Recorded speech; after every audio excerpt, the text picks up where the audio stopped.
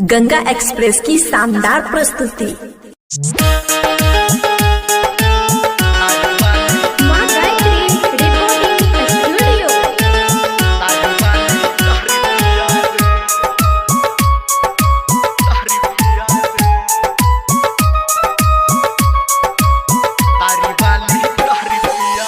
दिल हमर छै के टूटल केकरो प्यार में हम छी लूटल।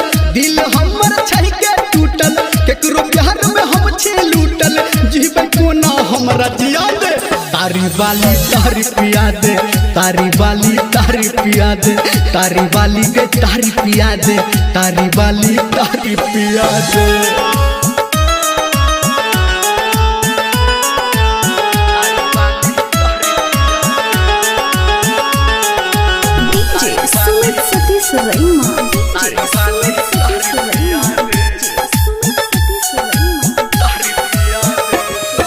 गुनाह केलौं हम दिल लगा के अपने के पछताबै छी। गुनाह केलौं हम दिल लगा के अपने के पछताबै छी। याद कर जब जब आबैया हम तो के भुलाबै छी।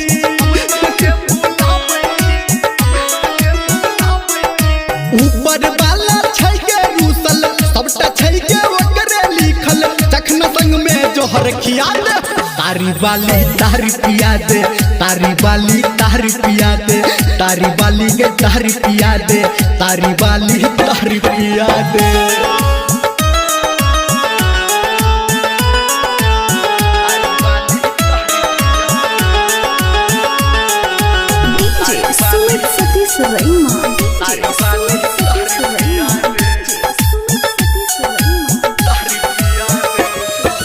नजर के दोस्त नजर से भेलै पगली हमरा छोड़ के गेलै। नजर के दोस्त नजर से भेलै पगली हमरा छोड़ के गेलै। धर्मेंद्र निर्मलिया कहो दिल हमर तोड़ के गेलै।